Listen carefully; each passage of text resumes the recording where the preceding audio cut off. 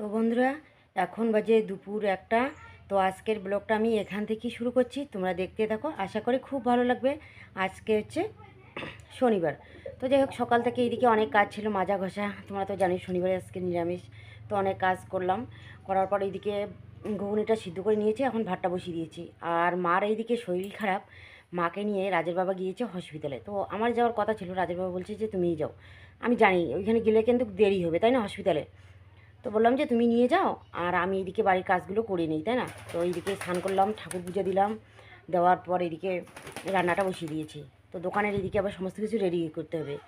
আর দেখো, তো কয়টা বাজে, তখন 11টার দিকে গিয়েছে। তো এখন বাজে একটা, এখনও কিন্তু বাড়িতে দেখো আসেনি। আর বাচ্চা কাচ্চাগুলো এদিকে বাড়িতে আছে, গরু ছাগল, তাই না। তো একটু আগে ফোন করলাম যে ডাক্তার দেখানো হয়ে গেছে, চলে আসবে। তো যাই হোক, একটু পরে হয়তো চলে আসবে। আর আমাদের বাড়ি থেকে তো আর হসপিটালে বেশি দূরে না। আর মার হচ্ছে কি বলো তো, মাথা ঘুরে আর হচ্ছে বমি বমি আর কি ভাব, এরকম আর কি। তো যাই হোক, ডাক্তারবাবু কী বললো পরে তোমাদের সঙ্গে সেটা অবশ্যই শেয়ার করব। তো চলো যাই, তাড়াতাড়ি করে রান্নাটা করে নিই। এই যে সবজি কেটে রেখে দিয়েছি, এই যে ভাত বসিয়ে দিয়েছি, আর ছোটো হাঁড়ি, এই যে দেখো একদম হাঁড়ির গাটা একদম কি হয়েছে দেখো।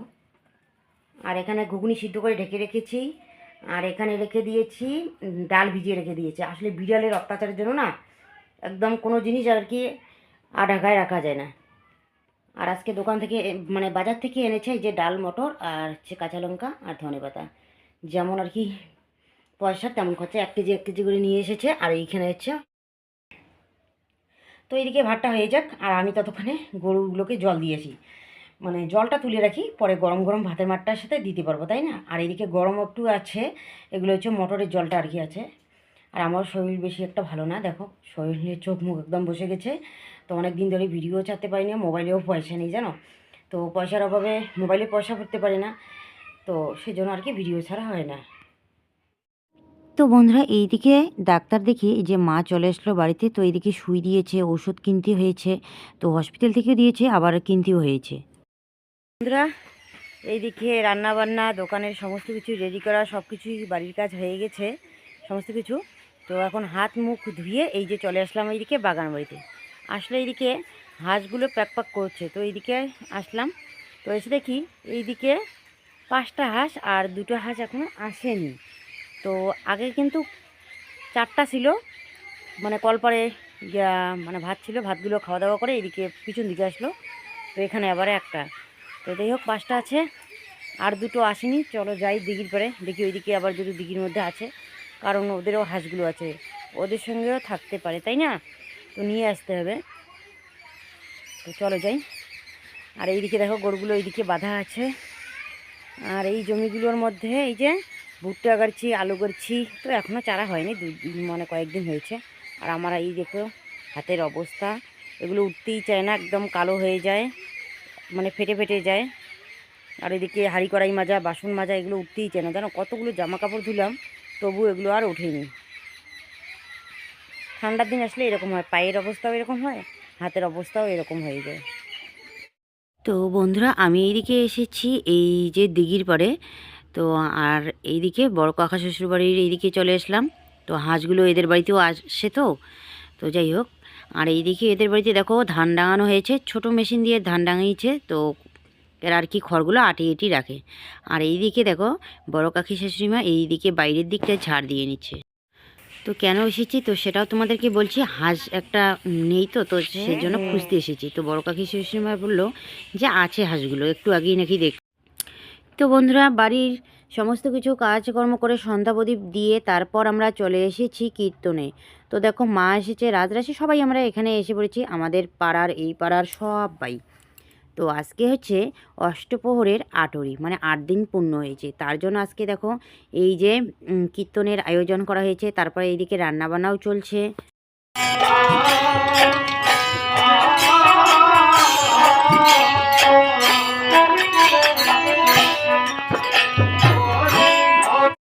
তো এখন এইদিকে কীর্তন হয়ে গেছে। তো এখন আমরা এই যে যেখানে আর কি অষ্টপ্রহরের ঠাকুরগুলো বসানো হয়েছে, মণ্ডপ করা হয়েছে, তো তার চারিদিকে মানে 7 পাক ঘুরতে হয়।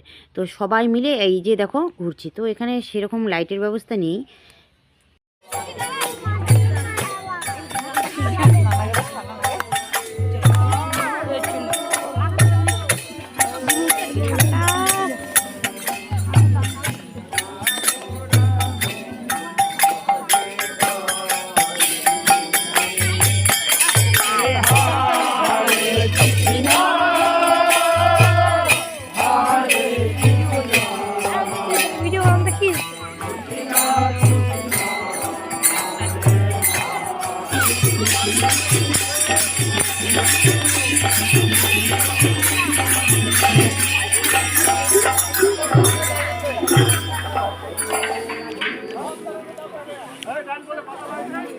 তো এইদিকে কীর্তন শেষ, এখন সবাই মিলে আমরা বসে পড়েছি খেতে। সাদা ভাত করেছে এইদিকে। দোকান তো তার থেকে গাড্ডা জল ফেলাইবেন সবারে। সেই ফসা দেখা যাচ্ছে। তো বন্ধুরা আজকে দেখো খিচুড়ি করেনি, আজকে করেছে সাদা ভাত। তো এইদিকে ভাত দিয়ে দিয়েছে। আর তো ভাত তো বলতে নেই, অন্ন বলতে হয় বা প্রসাদ বলতে হয়, তাই না? তো যাই হোক, মুখ দিয়ে বাইর হয়ে গেল। তো এইদিকে করেছে আলু ভাজা, এই যে আলু ভাজা দিয়ে গেল, আর গরম গরম ভাতের সঙ্গে আলু ভাজা, তাই না? জমিয়ে যায় খাওয়াটা। আর করেছে ডাল, আর সব মিশল একটা করেছে সবজি, মানে বাঁধাকপি, আলু, বেগুন, তারপর হচ্ছে মূলো, মানে সবগুলো মিশল একটা সবজি করেছে। তো ভালোই হয়েছে। আর কি বলো তো, কীর্তনের আর কি প্রসাদ খাওয়ার মজাটাই কিন্তু আলাদা। যতই তোমরা বাড়িতে নিরামিষ রান্না করো না কেন, সবাই মিলে দেখো এতগুলো 6-7 লোকের খাওয়া দাওয়া চলছে। সবাই বসে দিন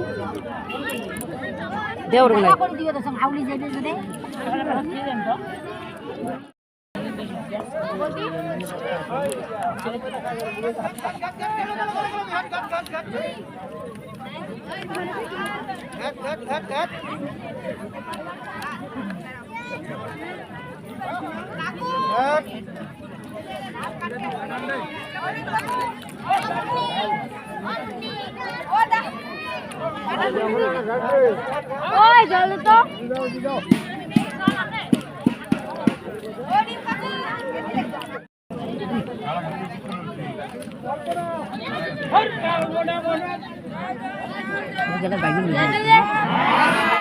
তো বন্ধুরা আমাদের খাওয়া দাওয়া তো হয়ে গেছে। তারপর এইদিকে মা আরও অনেক লোকজন বসে পড়েছে। তো এদের খাওয়া হলে পরে কিন্তু আরও লোক আছে, অনেক লোক আছে। তো দেখো এটা হচ্ছে আমাদের রাস্তার ধারে, একদম রাস্তা দিয়ে যত লোকজন যাচ্ছে সবাই টোটো থেকে নামছে বা বাইক থেকে নামছে, আর এখানে প্রসাদ খাওয়া দাওয়া করে তারপর কিন্তু সবাই যাচ্ছে। তো আমাদের যে অষ্টপ্রহরটা হয়েছে সেটাও একদম রাস্তার সাথেই। তো খাওয়া দাওয়া আর কোথায় হবে বলো? তো এখানেই আয়োজন করা হয়েছে, এইখানেই রান্নাবান্না, এখানেই খাওয়া দাওয়া। তো দেখো সবাই মিলে অনেক আনন্দ করে খাওয়া দাওয়া করে নিচ্ছে। আর এরকম করে খাওয়া দাওয়ার মজাটাই কিন্তু একদম আলাদা, তাই না? তো মার খাওয়া দাওয়া হয়ে গেছে, রাজরাশি আমার খাওয়া দাওয়া হয়ে গেছে। এখন এইদিকে বসে পড়েছে তোমাদের দাদাভাই। তো আমরা এখন চলে যাব, ও পরে আসবে। मैंने शुरू था सब कोई नहीं था मेरे साथ मेरे कोई नहीं मैं बेटा गुरु था बस कहते थे लोग तेरे सब तेरे। আর এইদিকে দেখো বাজার করে নিয়ে আসলো। আর আর এইদিকে দেখো কতগুলো ডাল না ফেলে দিয়েছে, কীরকম করে যে পড়লো ব্যাগের এই যে উপর দিয়ে না কোন দিকে পড়েছে, যাই হোক আমি কি অত কিছু জানি না। এই যে পড়ে গিয়েছে, মা ডালগুলো তুলে নিয়েছে। আর এই ডালগুলো কিন্তু বড়ার মধ্যে দেওয়া যাবে না, যদি আবার পাথর থাকে এইগুলো না কবিতরে খায়, তো কবিতর জন্য রেখে দেবো। তো বন্ধুরা এখন বাজে দুপুর 12টা। তো আজকের ব্লগটা আমি এখান থেকে শুরু করছি, তোমরা দেখতে থাকো, আশা করি খুব ভালো লাগবে। তো এইদিকে বাজার থেকে নিয়ে আসলো, মাংস নিয়ে এসছে। তো মাংসটা এইদিকে বসাইছি, আর এইদিকে আদা রসুন নিয়ে এসেছে। দেখো রসুনগুলো কত বড় বড়, সেই সুন্দর একদম রসুনগুলো, অনেক বড় বড় রসুনের ওটা কত বড়। হ্যাঁ, আর এইদিকে দেখো কতগুলো কাঁচা লঙ্কা এনেছে। আজকে কাঁচা লঙ্কাটা খুব ভালো ঝাল আছে। আর এনেছে ডাল, মটর, আর হচ্ছে পেঁয়াজ নিয়ে এসেছে।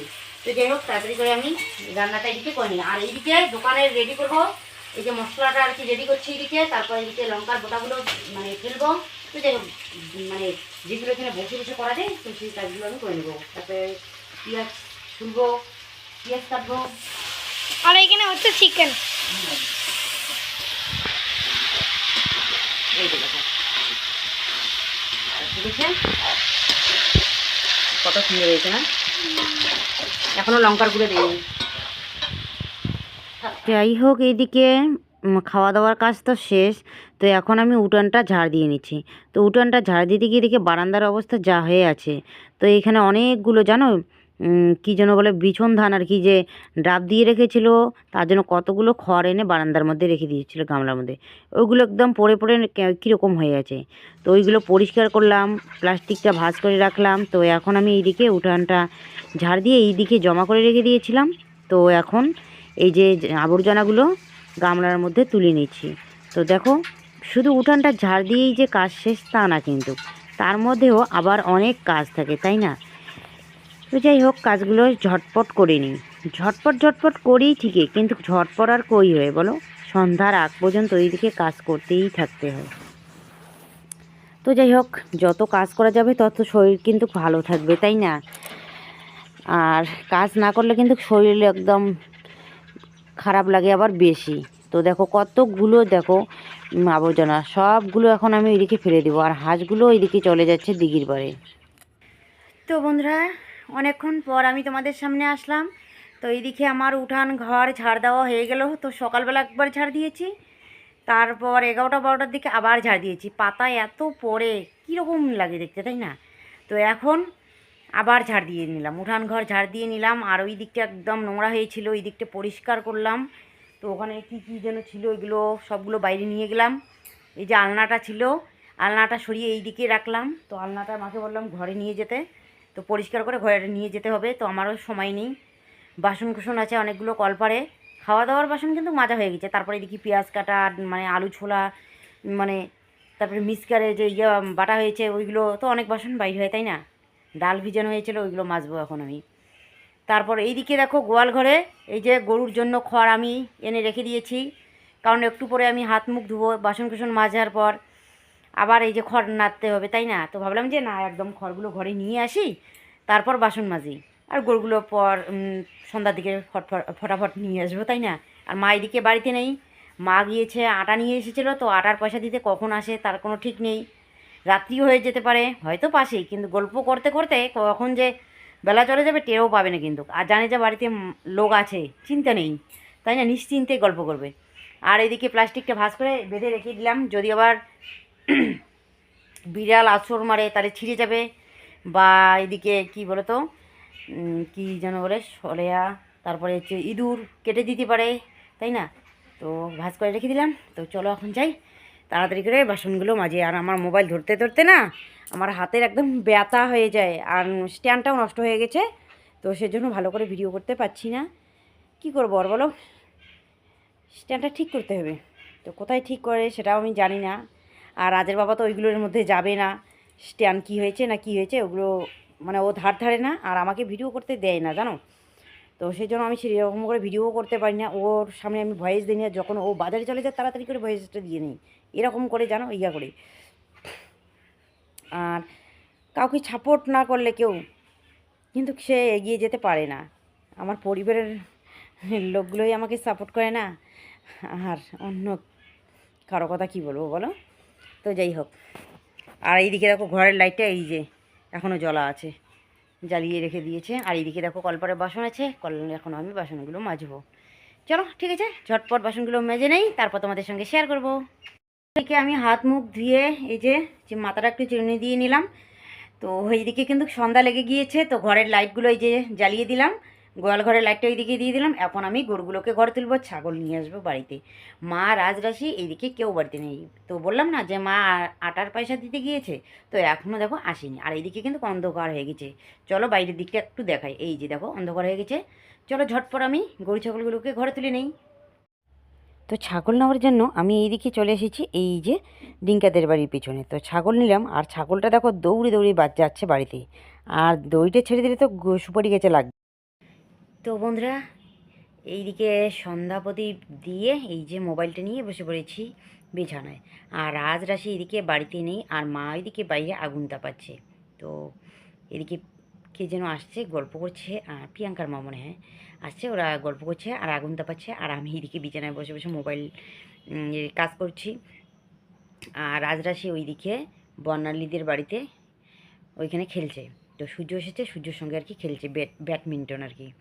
তো তাড়াতাড়ি বাড়িতে এসে জামা পরেই, মানে সোয়েটার পরেই চলে গেলো ওদের বাড়িতে, বললো যে মা আমরা একটু দেরিতে আসবো ওদের বাড়িতে, এখন আমরা ব্যাডমিন্টন খেলবো।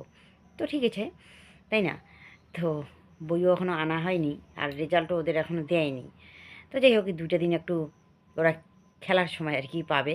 তারপর তো স্কুল খুললে পরে এইদিকে রেজাল্ট দিবে, ভর্তি হবে, বই কিনতে হবে, প্রাইভেট, ওরা তো আর এগুলো কিছুই করতে পারবে না, তাই না? খেলাধুলায় আর এখন আবার উঁচু ক্লাসে উঠবে, তাই না? তো যাই হোক, আর সোয়েটার পরে নিয়ে একটু ঠান্ডা ঠান্ডা লাগছে। তো সন্ধ্যার দিকে এদিকে গরু ছাগল ঘরে দিলাম, সন্ধ্যা প্রদীপ দিলাম। তখন কিন্তু সেরকম আর ঠান্ডা লাগেনি, কারণ তখন কাজের ইয়েতে ছিলাম না, কাজের মধ্যেতে ছিলাম, তো তখন কিন্তু ঠান্ডা লাগেনি। তারপর এই যে রাশির ওইদিকে যাচ্ছিলাম, তো সেজন্য চাদরটা গায়ে দিয়ে এইদিকে বাইরে হলাম। তো রাশি ওইদিকে চলে আসলো, আর ওইদিকে যাইনি। এইদিকে মোবাইল নিয়ে এই যে বসে পড়লাম বিছানায়। আর রাত্রিবেলা আমার এইদিকে রান্নাঘরে যেতে হবে, জল গরম করতে হবে।